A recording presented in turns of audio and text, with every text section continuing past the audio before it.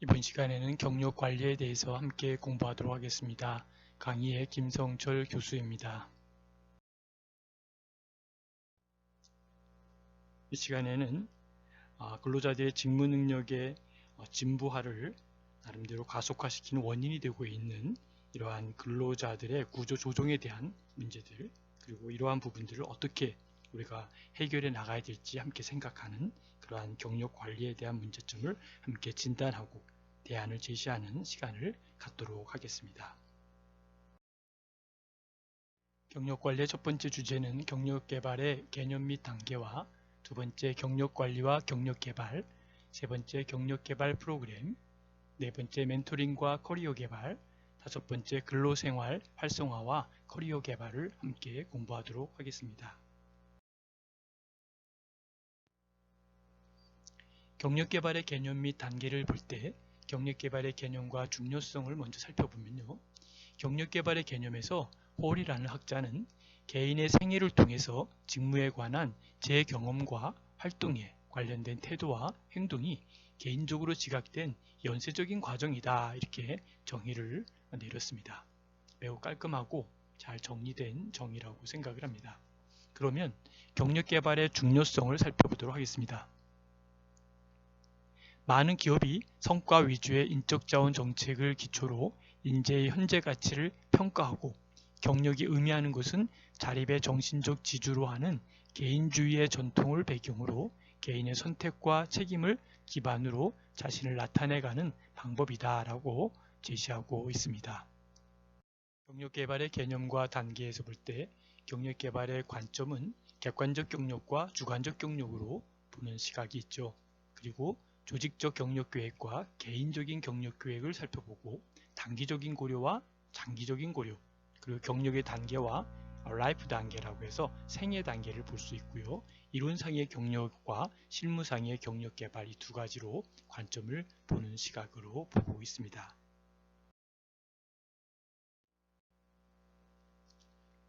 개인의 선택과 조직 선택의 조화를 볼 때 경력 개발의 책임은 개인에게 있다라고 보는 것이죠. 그런데 개인은 자신의 근로 생애를 자율적으로 계획하고 필요한 능력과 행동 특성을 개발해 나가는 것이다 라는 것이죠.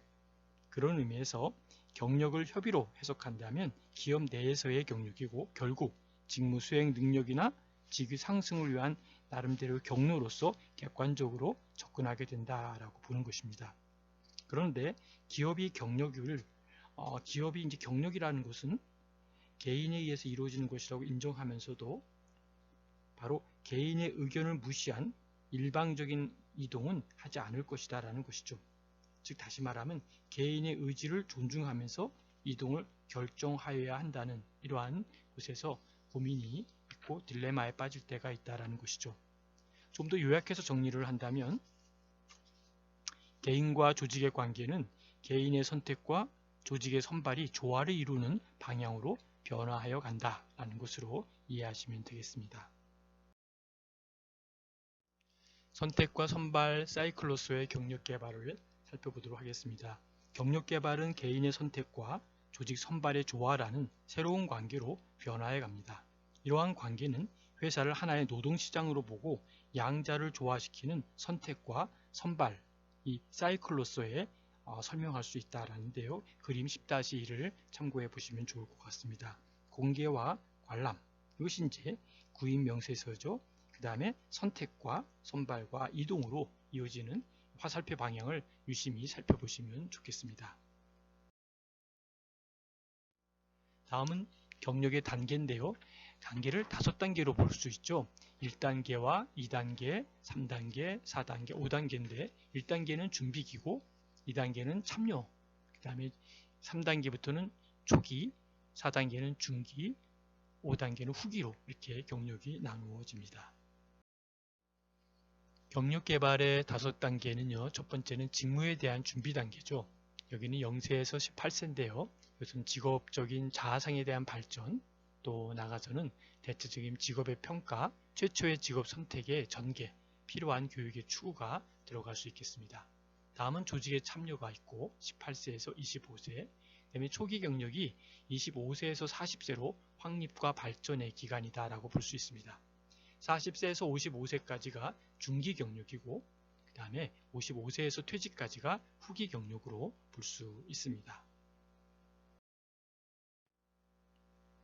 경력관리와 경력개발의 개념을 보면 현실적인 경력 목표를 개발하고 또 목표를 달성하고자 하는 전략을 개발해서 실현하고 전략의 효과성과 목표의 타당성에 대해서 피드백을 얻는 계속적인 프로세스다 이렇게 볼 수가 있습니다. 경력관리의 모델을 보면 정보, 기회, 지원에 대한 부분에 화살표 방향을 보면은 왼쪽에 있는 화살표 보면 의사결정의 필요, 경력의 탐구, 경력의 평가 여기에는 서로의 피드백이 있고 경력의 평가는 곧 다시 목표 A의 진보 쪽으로 같이 안에 평가가 있죠. 그래서 맨 마지막에 보면은 밑에 줄 교육과 가정과 직무와 사회제도도 양 사이드에서 화살표 방향을 보면 나름대로 목표 A의 진보로 그다음에 전력 개발로 화살표가 이루어지고 있습니다. 화살표 속에서 경력관리의 모델을 살펴볼 수 있는데요. 이것은 그린하우스가 경력관리가 정보가 수반되고 통찰이 이루어지고 목표가 설정되고 그 목표를 달성하려는 전략적 문제 해결 과정이다 라고 한 것을 도표로 만들어 보았습니다.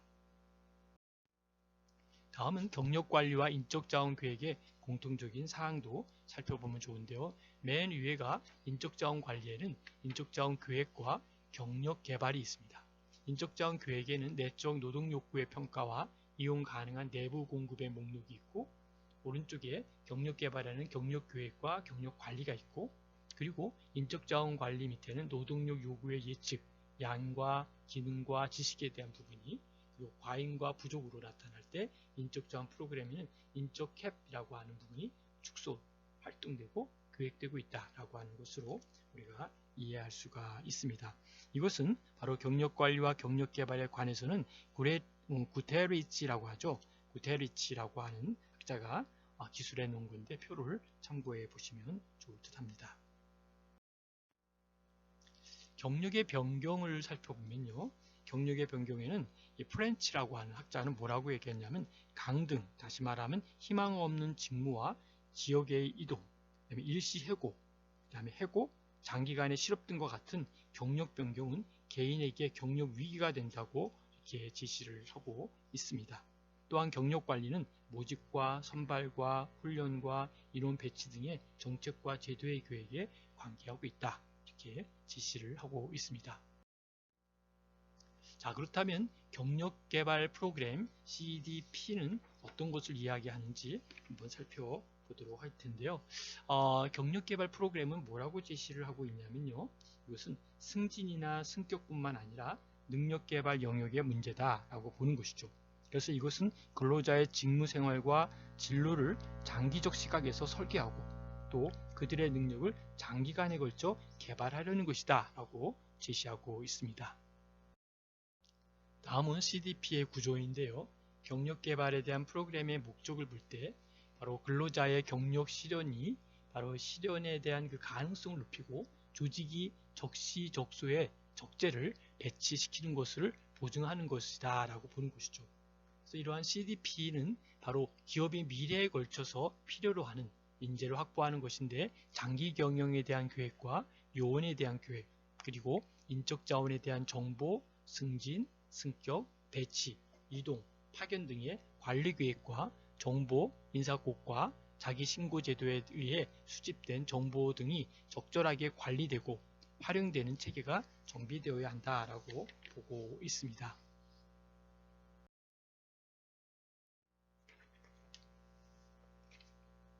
경력개발 프로세스를 본다면 인풋과 우리가 평가, 피드백, 준비 개발 또는 통합 이런 부분으로 될 텐데요. 인풋은 개인적인 소망은 개인 상담과 공식 훈련 그리고 조직 요구와 기회는 경력정보센터와 개인적인 개발, 분석과 배치로 연결되는 것으로 볼 수 있습니다. 그래서 이것을 우리가 살펴보면서 이 부분은 상당히 또 새로운 의미가 있고 새로운 또 피드백을 볼 수 있는 그러한 경력개발 프로세스를 참고하시면 좋을 것 같습니다. 특별히 이 부분에서 볼 수 있는 것 중에서는 이 CDP는 기업이 미래에 필요로 하는 인재를 확보하는 것이고 이를 기반으로 하는 것이 바로 장기 경영 계획이다라고 보는 것이죠. 그래서 근로자의 경력을 활용하고 발전시키기 위해서는 인적 자원에 대한 정보, 승진, 승격, 배치, 이동, 그다음에 파견 등의 관리 계획과 인사고과 자기신고 제도에 의해 수집된 정보 등을 적절하게 관리, 활용할 수 있는 체제가 정비되어야 한다라고 보고 있습니다. 더 나아가서 CDP를 구성하는 관리 활동을 살펴보면 장기 경영 계획과 배치 관리, 승진, 승격 관리, 전적 파견 관리, 인사 고과 관리, 교육 훈련 관리, 그 다음에 자기 신고 제도, 그 다음에 경력 상담 이런 코스로 각자의 역할들을 살펴보면 나름대로 어떤 역할을 할 것인지도 정확히 알 수가 있을 겁니다. 특별히 마지막 경력 상담에 보면 경력 계획을 작성하고 경력의 활용과 발전과 능력을 개발하는 것을 제시하고 있습니다. 다음은 멘토링과 커리어 개발에 대해서 볼 텐데요. 멘토링의 개념과 유형을 살펴보면 근로자들은 직무 수행 과정에서 직무에 대한 태도나 지식이나 기능 등을 변화시켜서 직위와 그 다음에 지위의 상승을 원하고 있다는 것이죠. 이와 같은 변화를 커리어의 상승, 커리어의 전개, 커리어의 개발 등으로 표현하고 있지만 일반적으로 커리어에 대한 발달이라는 언어로 사용되고 있다는 것도 참고로 말씀드리겠습니다. 더 나아가서 커리어 발달이란 직업 생활을 통해서 자기에 대한 발견, 또는 확립, 그리고 발달을 위해서 프로세스라고도 할 수 있고 직업 생활에 들어가기 이전의 발달 프로세스는 그 범위에 두고 있다라고 볼 수도 있습니다. 그런 면에서 이러한 역할과 기회를 직간접적으로 부여하면서 커리어의 성공을 지원하는 사람들을 바로 멘토다라고 하는 것이죠. 그래서 커리어에 대한 발달과 관련해서 중요하게 다루어지고 있는 부분이다라는 것이죠. 그럼 멘토는 뭘까요? 멘토의 정의를 보면 멘토는 역할에 대한 모델, 지원자, 동반자, 지도자, 안내자, 상담자 등으로 정의되고 있는데요. 멘토는 그리스 시인 호머의 오디세스에 등장하는 오디세우스의 친구로서 그 아들의 양육을 위탁받은 멘토에서 유래된다라고 볼 수 있습니다. 멘토의 유형을 보면 필립 존스는 1차적 멘토와 2차적 멘토로 구분을 하고 있습니다. 1차적 멘토는 비이기적이며 이타적인 특징 때문에 커리어의 기능과 심리, 사회적 기능의 측면에서 긍정적으로 작용한다라고 보는 것이죠. 그러나 2차적 멘토는 사무적인 관계로서 멘토와 멘티 모두의 이익을 위한 커리어 기능만 한다 이렇게 제시를 하고 있습니다. 다음에 휘슬리는 전통적 멘토와 2차적 멘토로 분류를 하였고 전통적 멘토는 폭넓은 범위의 독점적 그리고 심리 사회적인 원조를 행하는 것으로 비교적 장기적인 커리어 발달에 관계하고 있다라고 보고 있습니다. 그러나 2차적 멘토는 가시적인 경력 발달의 원조에 집중하고 단기적인 범위로 한정되어 있기 때문에 전통적 멘토에 비하여 원조 정도가 강력하지 않은 것도 볼 수 있습니다. 초라고 하는 학자는 뭐라고 제시했냐면 바로 비공식적 멘토와 공식적 멘토로 분류를 나누었다는 것이죠. 그래서 비공식적 멘토는 멘티를 진심으로 지원해주고 싶은 욕망 그리고 그의 조언과 원조를 진심으로 수용하려는 멘티의 의사에 의해서 성립되고 있다라고 하는 것이죠. 그러나 공식적 멘토는 지위의 기능으로서 멘토십 프로그램에 참여하는 것에 의해서 성립하고 여기서는 어느 정도의 압력이 존재하고 있다 이렇게 제시하고 있습니다.